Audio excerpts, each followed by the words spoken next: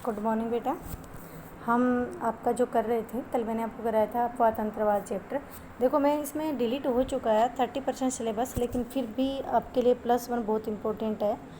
हाँ, आप पेपर के लिए तैयारी जो कर रहे हो, याद जो करो वो आप कर सकते हो 30% को काट के, लेकिन मैं चाहती हूँ कि आपका इतने चैप्टर हैं वो पूरे ही करा दें, उसमें कुछ ना छोड़ें, क्योंकि आप कोई भी कॉम्पिटिटिव एग्ज़ाम दोगे तो उसके लिए आपका क्या है कि +1 है वो ज़्यादा इम्पोर्टेंट है। ठीक है बेटा। तो हम इसमें चैप्टर जो आपका चल रहा था अपवाद तंत्र वाला, इसमें देखिए अपवाद तंत्र किसको कहते हैं। अपवाद छोटी नदियाँ, एक नदी है उसकी जो सहायक नदियाँ होती हैं उसका जो बहाव क्षेत्र होता है। क्या बताया था मैंने आपको, एक नदी, मान लो कि ये नदी है, ठीक है, ये नदी बह रही है, इस नदी के साथ में आकर मिलने वाली इसकी छोटी सहायक जो नदियाँ हैं, ठीक है, इन नदियों के द्वारा जो बनाया गया जो ये क्षेत्र है, मान लो ये जो क्षेत्र है, ये जो क्षेत्र है इसका बहाव क्षेत्र है, और इसी बहाव क्षेत्र को क्या कहते हैं, अपवाद तंत्र कहते हैं। आपको यहाँ अपवाद द्रोणी कहते हैं। समझ में आएगा आपको।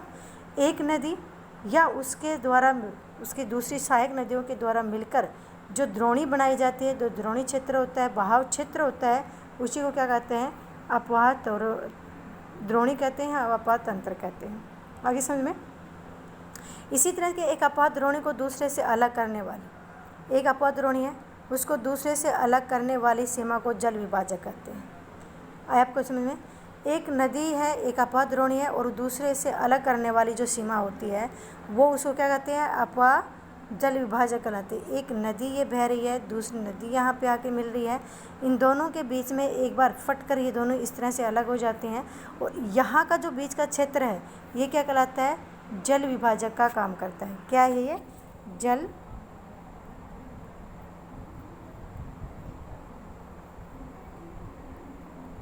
विभाजक। आई समझ में आपको। तो इस प्रकार से क्या है, इसको जल विभाजक आपको जो इम्पोर्टेंट है मैं वही आपको बता रही हूँ, ज़्यादा चैप्टर को लंबा चौड़ा नहीं खींचूंगी। हो गया इतना आपको। इसके बाद में क्या है, एक द्रोणी एक जल संवर्ध एकता के परिचायक है। इनके एक भाग से परिवर्तन का प्रभाव अन्य भागों से पूर्व क्षेत्र को देखा जा सकता है, इसलिए इन्हें सूक्ष्म, मध्य व वृत्त नियोजक इकाइयों के क्षेत्रों के रूप में भी लिया जा सकता है। ठीक है। अब है एक बीच में आपको मैंने छोड़ा इसमें कि जल संभर किसको कहते हैं, कि बड़ी नदियों के जल संग्रहण के क्षेत्र को नदी द्रोणी, जबकि छोटी नदियों व नालों द्वारा अपवाहित क्षेत्र को जल संभर कहा जाता है। ठीक है। इसमें आपको इम्पोर्टेंट है, जल विभाजक किसको कहते हैं, जल संभर किसे कहते हैं, अपवाद द्रोणी किसे कहते हैं। ठीक है। जल विभाजक दो नदियों के पानी, यानी दो नदियों के बीच में जो पानी अलग हो जाता है, बंटवारा हो जाता है, या धाराएं अलग फटके चली जाती हैं, उसको जल विभाजक कहते हैं। जब बड़ी नदियों के जल संग्रहण को नदी की द्रोणी कहा जाता है, जबकि छोटी नदियाँ, छोटा अपवाद तंत्र नालों को क्या कहता है, जल संभर कहा जाता है। आगे समझ में आपको।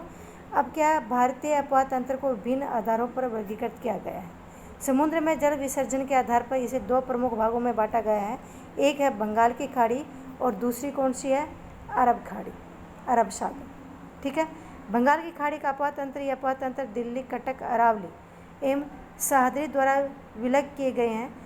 इनमें से जल विभाजक को एक रेखा द्वारा दर्शाया गया है। कुल अपवाद क्षेत्र का लगभग कितने प्रतिशत, 77%, यानी कि 73% जो पानी है, जिसमें गंगा है, ब्रह्मपुत्र नदी है, महानदी है, कृष्णा है, नदियां हैं, शामिल है, बंगाल की खाड़ी में जल विसर्जित करती हैं। जबकि 23% सिर्फ प्रतिशत जो पानी है सिंधु, नर्मदा, तापी, माई व पेरियार नदियों के द्वारा क्या होता है, अरब सागर में गिराया जाता है। मैं आपको कल पढ़ा रही थी मैप के द्वारा, आपको मैंने कहा ना कि ज्योग्राफी को जितना ज़्यादा मैप से पढ़ोगे उतना ज़्यादा शायद आपको मैंने आपका ये 9th क्लास में मैंने आपको बताया था, एक बार फिर बता देती हूँ। ये दक्षिण भारत का हमारा जो तटीय है, ये कोस्टल लाइन है, इसमें मैंने आपको बताया था यहाँ का जो है ये बड़ा, ये कितना है, 900 से लेकर 1100, कितना है ये, 900 से लेकर 1100 मीटर, यानी कि इधर वाला जो है समुद्र तल से जो इसकी ऊंचाई है, किसकी, पश्चिमी घाट की। ठीक है। पश्चिमी घाट की समुद्र तल से जो ऊंचाई है वो कितनी है, 900 से लेकर 1100 मीटर तक है। जबकि जो पूर्वी घाट है इसकी जो है वो कितनी है, 600। पूर्वी घाट की जो है वो कितनी है, पूर्वी घाट की जो है वो 600 मीटर। कितनी बेटा, पूर्वी घाट की है 600 मीटर। आगे समझ में आपको। पूर्वी घाट की जो समुद्र तल से जो ये ऊंचाई है वो कितनी है, 600 मीटर। तो आप देख सकते हो यहाँ ऊंचाई और इधर क्या नीचाई है, तो ढलाव किस साइड है, इस साइड पूर्व की तरफ। इस वजह से क्या है, भारत की लगभग नदियाँ, सभी नदियाँ किस में गिरती हैं, बंगाल की खाड़ी में गिरती हैं। ठीक है, 77% जो हमारे भारतीय नदियों का जो पानी है वो किस में जाता है, बंगाल की खाड़ी में जाता है। कारण क्या है कि ढलाव इस तरफ है। आगे समझ में आपको। इसी तरह से क्या है कि सिर्फ पश्चिमी घाट में, ये आपका पश्चिमी घाट है, पश्चिमी घाट में सिर्फ कौन सी, तापी, नर्मदा, माही, ठीक है, जिसमें पेरियार नदी है, यहाँ पे केरल में पड़ती है, पेरियार नदी है, सिंधु और सिंधु की सहायक नदियाँ, इनका ही पानी कितना, सिर्फ 23% पानी जो है वो किस में गिरता है, अरब सागर में। भारत में अफवाह तंत्र, यहाँ भारत में जल जो है वो समुद्र में गिरने का दो है, एक है कौन सा, बंगाल की खाड़ी, दूसरा किस कौन सा है, अरब सागर। अरब सागर में सिर्फ 23% गिरता है, जो कि सिंधु की सहायक नदियाँ, और इसमें माही, तापी, नर्मदा और पेरियार नदी। आगे समझ में, इनके द्वारा पानी किस में गिरा जाता है, इसमें। कारण क्या है, क्योंकि इस तरफ का हिस्सा जो समुद्र से ज़्यादा उठा हुआ है 900 से लेकर 1100 मीटर है, और इधर वाला 600 से लेकर 600 मीटर है। इस वजह से 77% जो जल है वो समुद्र में, बंगाल की खाड़ी में गिरते हैं। आए समझ में आपको इतना। अब देखिए बेटा, इससे अगला क्या है, जल संभर क्षेत्र के आकार के आधार पर भारतीय अपवाह द्रोणियों को 3 भागों में बांटा गया है। पहली कौन, प्रमुख द्रोणी, जिनका अपवाह क्षेत्र कितना है, 20,000 वर्ग किलोमीटर से भी अधिक है। इसमें 14 नदियाँ आती हैं। 14 में कौन से, गंगा, ब्रह्मपुत्र, कृष्णा, तापी, नर्मदा, माही, पेनियार, साबरमती, बराक, ये नदियाँ आती हैं, जिनका जो कुल क्षेत्र है, आपको पता है अपवाह क्षेत्र, बहाव जो क्षेत्र होता है वो कितना है, 20,000 वर्ग किलोमीटर है, जिसमें 14 नदियों को रखा गया है। दूसरे नंबर पे क्या है, जिनका बहाव क्षेत्र क्या है, 2000 तक ही है, 2000 से लेकर 20,000 वर्ग किलोमीटर के बीच में आता है, जिसमें 44 नदियाँ आती हैं। प्रमुख जो नदियाँ पेरियार है, मेघना है और कालिंदी नदी, छोटी नदियाँ इसमें आती हैं। तीसरा है सिर्फ लघु नदियाँ, जिनका बहाव क्षेत्र जो है वो कितना है, सिर्फ 2000 वर्ग किलोमीटर है। इसमें बहुत ही छोटी नदियाँ हैं, समझ में आपकी, जो तटीय क्षेत्रों में बहने वाली बहुत ही छोटी नदियाँ हैं वो इसमें शामिल की जाती हैं। आगे इतना समझ में आपको। अब आगे देखिए आप, नदियों के उद्गम स्रोत हिमालय पर्वत, और वे अपना जल बंगाल की खाड़ी, अरब सागर विसर्जित करती हैं। उत्तर भारत की इन नदियों की पहचान कीजिए। प्रायद्वीपीय भारत पठार की बड़ी नदियों का उद्गम स्थल पश्चिमी घाट है, और ये नदियाँ बंगाल की खाड़ी में जल विसर्जित करती हैं। दक्षिणी भारत की इन नदियों को भी पहचान कीजिए। आप ये खुद करेंगे कि कौन सी, अभी मैं आपको बता चुकी हूँ कि कौन सी नदियाँ जो समुद्र के अरब सागर में गिरती हैं, कौन सी नदियाँ ऐसी हैं जो कि बंगाल की खाड़ी में गिरती हैं। भारत के अपवाह तंत्र, भारतीय अपवाह तंत्र के अनेक छोटी बड़ी नदियाँ शामिल हैं। ये 3 बड़ी भू आकृतिक इकाइयों की उद्गम, विकास, प्रतिक्रिया, वर्षण की प्रकृति तथा लक्षणों के परिणाम स्वरूप उत्पन्न हुई है। हिमालय अपवाह तंत्र, हाँ इसमें भी देखो, इसको भी एक प्रायद्वीपीय अपवाह तंत्र आता है और एक हिमालय अपवाह तंत्र आता है। प्रायद्वीपीय अपवाह तंत्र में बेटा आपको पता है कि बरसाती नदियाँ ज़्यादा आती हैं। हिमालय अपवाह तंत्र में बड़ी नदियाँ होंगी, बहाव क्षेत्र ज़्यादा होगा और साल भर जिनमें पानी भरा रहता है, जैसे गंगा है, सिंधु है, ब्रह्मपुत्र है, ये इसमें शामिल होती हैं। ये 12 मासी बहती रहती हैं, ये बर्फ़ के पिघलने से इनमें पानी आता है, ठीक है। इनके बहाव क्षेत्र है और गहराई भी ज़्यादा होती है। हिमालय के उत्थान के साथ साथ अपरदन क्रिया द्वारा निर्मित होती हैं। माखंडों के अतिरिक्त इन नदियों में पर्वतीय मार्ग, वी आकार, कौन सी, वी आकार की घाटियाँ, प्रक्रियाएँ वह जलप्रपात भी बनाती हैं। इनके मैदान में प्रवेश करती हैं और निक्षेपणात् स्थलाकृति जैसी होती है। हो गया इतना आपका, इतना आपको समझ में आया। अब इसमें देखिए आप, अब है समतल घाटियों, गोखर झीलों, बाढ़कृत मैदान, गुफित वाहिकाएँ और नदी के मुहाने पर डेल्टा का निर्माण करती हैं। हिमालय क्षेत्र में नदियों का रास्ता टेढ़ा मेढ़ा, परंतु मैदानी क्षेत्र में ये क्या होते हैं, जिस तरह से सांप चलता है इस तरह से सर्पाकार होता है, ठीक है, बदलती रहती है। कोसी नदी, जिसे बिहार का शोक कहा जाता है, वेरी इंपॉर्टेंट क्वेश्चन है, क्योंकि ये अपने रास्ते बदलने के लिए प्रसिद्ध है और सबसे ज़्यादा इसमें बाढ़ आती है। सोरो ऑफ बिहार अपना मार्ग बदलने के लिए कुख्यात है। इसी के बाद में मैदानी भाग में जमा करते इसे नदी मार्ग अवरोध हो जाते हैं।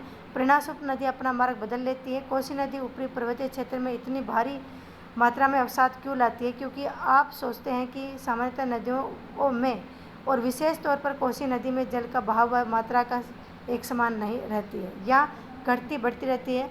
नदी में कब जल की मात्रा अत्यधिक होती है और बाढ़ के सकारात्मक और नकारात्मक प्रभाव क्या है?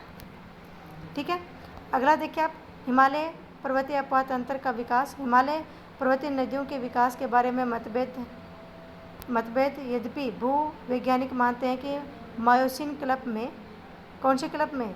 मायोसीन क्लब, इंपॉर्टेंट क्वेश्चन है, जो कि लगभग कब हुआ था? आज से 2.4 करोड़ से लेके या 50 लाख वर्ष पहले की बात है।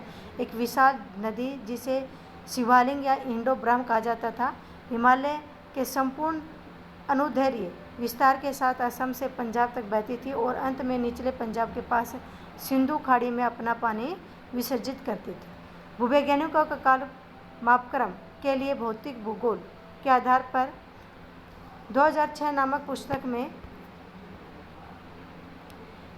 शिवालिक पहाड़ियों की असाधारण निरंतरता, इसका सरोवरी उद्गम और इसका जलोढ़ निक्षेप से बना होना, जिसमें रेत, मृत्तिकाएं, चिकनी मिट्टी, गोलासम,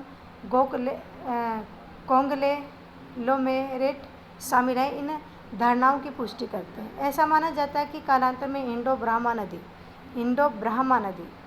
3 प्रमुख अपवाह तंत्र में बटी हुई थी। पश्चिम में वह के थे सिंधु, जिसकी 5 सहायक नदियां हैं, मध्य में गंगा, हिमालय से निकलने वाली इसकी सहायक नदियां, और पूर्व में ब्रह्मपुत्र व हिमालय से निकलने वाली इसकी सहायक नदियां। इंपॉर्टेंट बात है बेटा, देखो कि इंडो ब्रह्मा नदी माना जाता है कि हिमालय का जब निर्माण हुआ था उससे पहले ही बहती थी।